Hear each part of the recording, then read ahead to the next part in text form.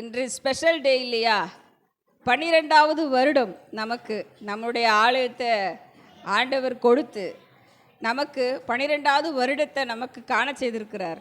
இன்று அவருடைய நாமமாக நான் தெரிந்தெடுத்த நாமம்னு சொல்லலாம் இல்லையா?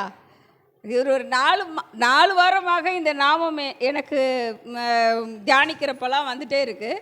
ஆனால் இந்த ஒரு பிரத்யேகமான ஒரு நாளுக்காக தள்ளி வச்சது போல இன்று அந்த நாமத்தை ஆண்டவர் அதை சொல்லத்தக்கதான ஒரு தருணத்தை கொடுத்துருக்கிறாரு. கர்த்தருக்கு ஸ்தோத்திரம். இம்மானுவேல், இது கர்த்தருடைய நாமத்தில் பிரதானமான நாமம்னு நான் நினைக்கிறேன் இல்லையா? இயேசு கிறிஸ்து பிறப்பிற்கு முன்பாக தேவ தூதர்கள் வந்து அங்கே நமக்கு முதல்ல இருக்கிற அந்த மத்தேயு அதிகாரத்தை வாசிக்கிறப்பையும் சரி, லூக்கா அதிகாரத்தை வாசிக்கிறப்பையும் சரி, முதல் அதிகாரத்தை வாசிக்கிறப்ப தேவ தூதர்கள் வந்து மரியாளிடத்திலும் யோசேப்பிடத்திலும் அவர்கள் வந்து வெளிப்பட்டு, இயேசு என்று பெயரிடுவாயாக, உனக்கு ஒரு குமாரன் கொடுக்கப்படும், அது கண்ணினிடத்தில் பிறக்க வேண்டிய குழந்தை, ஆண்டவர் ஒன்றை தேர்ந்தெடுத்திருக்கிறாரு, நிச்சயமாக நீ பேறு பெற்றவள், ஆசீர்வதிக்கப்பட்டவள், உனக்கு என்ன கிடைக்க போகுது? ஒரு குமாரன், தேவகுமாரன் உன் வயிற்றில் பிறக்க போகிறாரு, அவருக்கு இயேசு என்று பேரிடுன்னு சொன்னாங்க இல்லையா? அப்போ தான் அந்த பழைய ஏற்பாட்டின் காலத்தில், ஏசாயா தீர்க்கதரிசியின் காலத்தில் சொல்லப்பட்ட அந்த நாமம் வெளிப்படுகிறது. இவ்விதமாக மத்தேயு அதிகாரம் 1ஆம் அதிகாரம் 23ஆம் வசனத்திலே, அவன் இதோ ஒரு கன்னிகை கர்ப்பவதியாகி ஒரு குமாரனை பெறுவாள், அவருக்கு இம்மானுவேல் என்று பெயரிடுவார்கள் என்று சொன்னான். இம்மானுவேல் என்பதற்கு தேவன் நம்மோடு இருக்கிறார் என்று அர்த்தமாம். பெரிய நாமம் இல்லையா? தேவன் நம்மோடு இருக்கிறார். இக்கட்டான சூழ்நிலையிலையும் சரி, தவிக்கிற நேரத்திலையும் சரி, தனிமையின் நேரத்திலையும் சரி, எப்பொழுதெல்லாம் நாம் தொய்ந்து போகிறோமோ அப்போல்லாம் நமக்கு ஞாபகத்துக்குள்ளே வர்றது தேவனுடைய நாமம் மாத்திரமே. என் இயேசு என்னோடு இருக்கிறார், அவர் என் கூட இருக்கிறதுனால, அவர் என் பட்சத்தில் இருக்கிறதுனால என்னை யாரும் அசைக்க முடியாது, நான் தோற்று போகவே மாட்டேன், நான் அழ வேண்டிய பிள்ளை இல்லை, நான் கர்த்தருக்குள்ளே ஜீவிக்க வேண்டியவ அப்படின்னு சொல்லி நமக்குள்ள ஒரு பெரிய ஒரு அதிகாரத்தையும் ஒரு பெரிய ஒரு உறுதியையும் செய்யக்கூடிய நாமம் தான் இந்த இம்மானுவேல்ன்ற நாமம். இம்மானுவேல் என்பதற்கு தேவன் நம்மோடு இருக்கிறார் என்ற அர்த்தம். அது கிரேக்க பதம் இம்மானுவேல் என்பது. இம்மானு அப்படின்றதற்கு அந்த அர்த்தமும் எது? தேவன் நம்மோடு இருக்கிறார் என்ற அர்த்தமும். ஏல், இம்மானு ஏல், அந்த ஏல்ன்ற அந்த வார்த்தையில் தேவன் அப்படின்ற அர்த்தமும் அடங்கி இருக்கிறது. அதனால தான் தேவன் நம்மோடு இருக்கிறார் அப்படின்றது வெளிப்படுகிறது இல்லையா?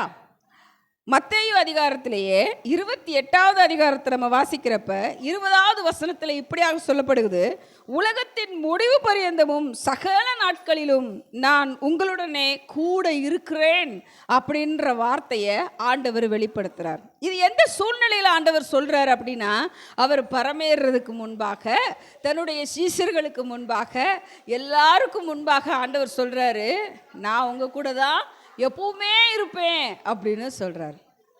எப்போ வரைக்கும்? இந்த உலகம் முடிகிற வரைக்கும் நான் உங்க கூட தான் இருப்பேன், நான் உங்களை விட்டு விலகவே மாட்டேன்றதை தான் உறுதிப்படுத்தி சொல்கிறாரு. உலகத்தின் முடிவு பரியந்தமும் சகல நாட்களிலும் நான் உங்களுடனே கூட இருக்கிறேன்ற ஒரு பெரிய ஒரு என்ன சொல்கிறாரு, சப்போர்ட். உனக்கு உன் கூட இருக்கிறவங்க ஒரு நாள் உன்னை விட்டு மறந்து போகலாம், அல்லது மரித்து போகலாம், உன்னை விட்டு கடந்து போகலாம், அல்லது உன்னை காணாமல் கூட போகலாம். ஆனால் நான் ஒன்றுன்னு செய்ய மாட்டேன், விட்டுட்டு போகவே மாட்டேம்மா.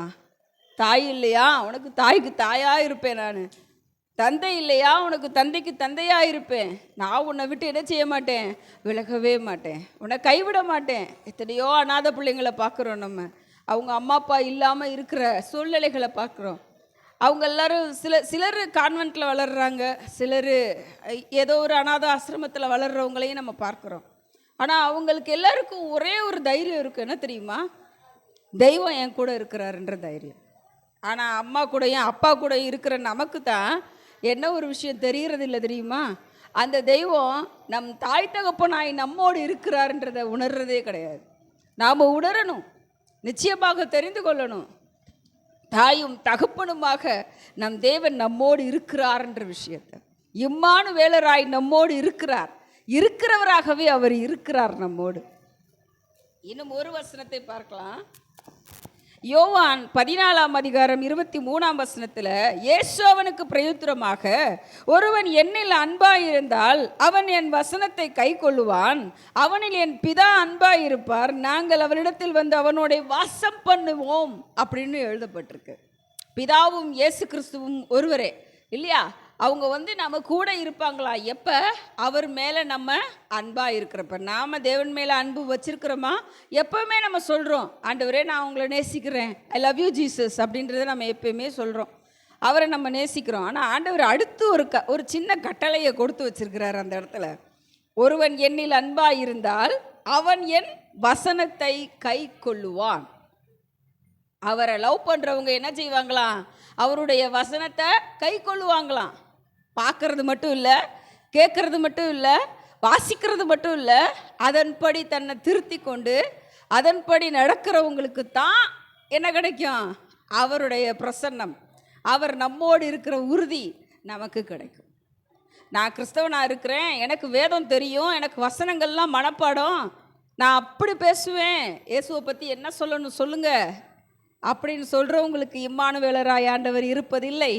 யாருக்கு தான் இருப்பாங்க? கை கொள்கிறவங்களுக்கு, அதன்படி தன்னை நடத்தி கொள்கிறவங்களுக்கு, தன்னை திருத்தி கொள்கிறவங்களுக்கு. எது தவறுன்னு ஆண்டவர் சொல்கிறாரோ அதை விட்டு விலகி, எது பாவம்னு சொல்கிறாரோ அதை விட்டு ஆண்டவரிடத்தில் மனம் திரும்பி, ஆண்டவரை இனி அந்த பாவத்தை நான் செய்ய மாட்டேன்னு யார் ஒப்பு கொடுக்குறாங்களோ அவங்களுக்கு மாத்திரமே ஆண்டவர் எப்படியாக இருப்பார்? இம்மானுவேலராக இருப்பார் நிச்சயமாக. அந்த மத்தேயு அதிகாரம் 28:20 ஆண்டவர் சொல்றதுக்கு முன்னாடி நடந்த சம்பவம் என்ன தெரியுமா? யூதா அப்படின்ற தன்னுடைய அந்த சீஷருக்கு தான் ஆண்டவர் வந்து அந்த வார்த்தையை சொல்லியிருப்பாரு. நான் உங்களுக்கு கட்டளையிட்ட யாவையும் அவர்கள் கை கொள்ளும்படி அவர்களுக்கு உபதேசம் பண்ணுங்கள் அப்படின்னு சொல்லி தன்னுடனே இருந்த அந்த சீஷர்களுக்கு ஆண்டவர் சொல்கிறாரு, இங்கே பாருங்கப்பா, நீங்கள் எல்லாம் என்ன செய்யுங்க? என் கட்டளைகளுக்கு கீழ்ப்படிங்க. அடுத்து என்ன செய்யுங்க? அவர்களுக்கு உபதேசம் பண்ணும்படி. யாருக்கு? நான் என்ன உங்களுக்கு சொல்லி கொடுத்தேனோ அதை போய் நீங்கள் என்ன செய்யுங்க? ஒன்றை பார்க்குறவங்க, நீ பார்க்குறவங்க எல்லாருக்கும் என்ன சொல்லு? ஆண்டவர் இப்படிலாம் செய்ய சொல்லியிருக்கிறாரு, இதெல்லாம் செய்யணும்னு சொல்லியிருக்கிறாரு, இதெல்லாம் செய்யக்கூடாதுன்னு சொல்லியிருக்கிறாருன்றதை சொல்லு அப்படின்னு சொல்கிறார். அப்படி சொல்கிறவங்களுக்கு மாத்திரம்தான் ஆண்டவர் சொல்கிறாரு, நான் அவன் கூட இருப்பேன். அவர் நம்ம கூட இருப்பார், ஆனால் கண்டிஷன் அப்ளை. யார் கூட மட்டும்தான் இருப்பேன்னு சொல்கிறார் அவர்? அவருடைய சொல்லுக்கு கீழ்ப்படுகிற, கர்த்தாவே சொல்லும் அடியேன் கேட்கிறேன்னு சொல்லி கீழ்ப்படுகிற அந்த மனிதனுக்கு மட்டும்தான் ஆண்டவர் இம்மானுவேலராக இருப்பார். அப்படிப்பட்ட ஒரு சிநேகத்தோடு, அப்படிப்பட்ட ஒரு அன்போடு, அப்படிப்பட்ட ஒரு ஆண்டவரிடத்தில் இருக்கிற அந்த ஆறுதலோட நிச்சயமாக நாமளும் இருக்க வேண்டும். நமக்கும் ஆண்டவர் நிறைய வார்த்தைகளை கற்றுக் கொடுத்து கொண்டே இருக்கிறாரு. அந்த வார்த்தையின்படி நம்மளை திருத்தி கொண்டு ஆண்டவரிடத்தில் நம்ம ஒப்பு கொடுத்து ஆண்டவரோடு ஐக்கியமாகி, நிச்சயமாக தெய்வமே உம்மை விட்டு நான் விலக மாட்டேன், நான் உங்களுக்கு கீழ்ப்படிவேன், உம்முடைய வார்த்தைகளுக்கும் கட்டளைகளுக்கும் கீழ்ப்படிவேன்னு சொல்கிற ஒவ்வொருவர் மேலும் ஆண்டவர் சொல்றாரு, நான் உனக்கு எப்படி இருப்பேன்? இம்மானுவேலராய் இருப்பேன் நிச்சயமாக அப்படின்னு சொல்லி. இன்றும் கூட ஆண்டவர் கொடுத்த இந்த நாமத்திற்காக கர்த்தருக்கு